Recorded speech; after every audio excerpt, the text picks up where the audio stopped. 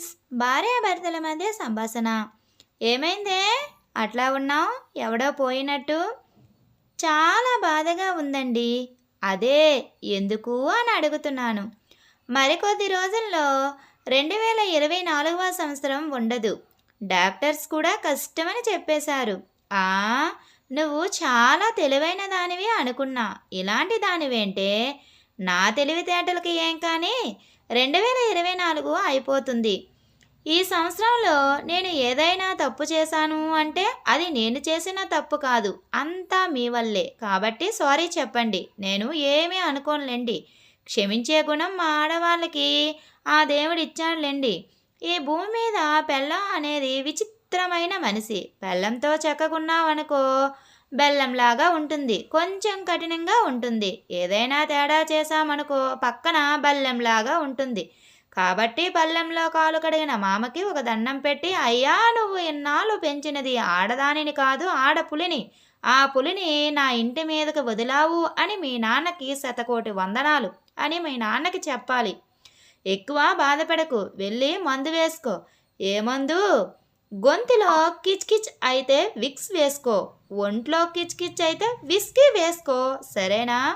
ఇంట్లో విస్కీ వేసుకుంటే బాగోదు కదా, గోవాకి వెళ్ళి వేసుకుంటాను విస్కీ. నన్ను తీసుకుని వెళ్ళండి గోవాకి.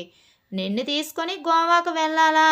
అవును, ఖచ్చితంగా నన్ను తీసుకొని గోవాకి వెళ్ళాలి. లేకపోతే మీకుంటుంది నా చేతిలో. ఏంటి నా దౌర్భాగ్యం? ఎక్కడికి నేను ఒంటరిగా వెళ్ళలేనా? ఒక్క బాత్రూమ్కి తప్ప మిగతా అన్ని చోటలకి నేను మీకు తోడుగా వస్తాను.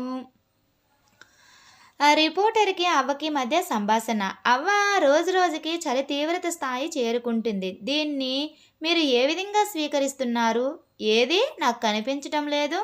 అలా కాదమ్మా, రోజు రోజుకి చలి బాగా పెరుగుతుంది కదా, మీకు ఎట్లా అనిపిస్తుంది?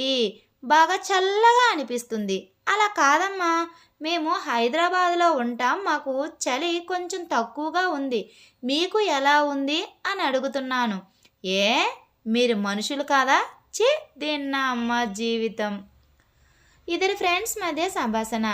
లవ్ మ్యారేజ్కి అరేంజ్ మ్యారేజ్కి మధ్య తేడా ఏంటి? లవ్ మ్యారేజ్ అంటే ఇద్దరూ కలిసి బావిలో దూకడం. అరేంజ్ మ్యారేజ్ అంటే అందరూ కలిసి బావిలో తోసేయడం. మరి నువ్వు ఏ సంబంధం పెట్టుకున్నావేంటి? అన్నీ అక్రమ సంబంధాలే. అవి అయితే ఎవడు అడగడు. కూరగాయలు అమ్మేవాడికి లక్ష్మికి మధ్య సంభాషణ. కూరగాయలమ్మా, కూరగాయలు. హలో అన్న, మిర్చి కావాలి. ఏ రకం మిర్చి కావాలమ్మా?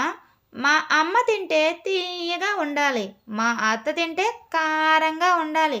కారంగా ఉండడమే కాదు, ఏకంగా పైకే పోవాలి. మా అత్త అలాంటివి చూపించానా? Thank you friends. ఈ వీడియో కనుక మీకు నచ్చినట్లయితే ప్లీజ్ లైక్ చేయండి, please subscribe my channel. Thank you.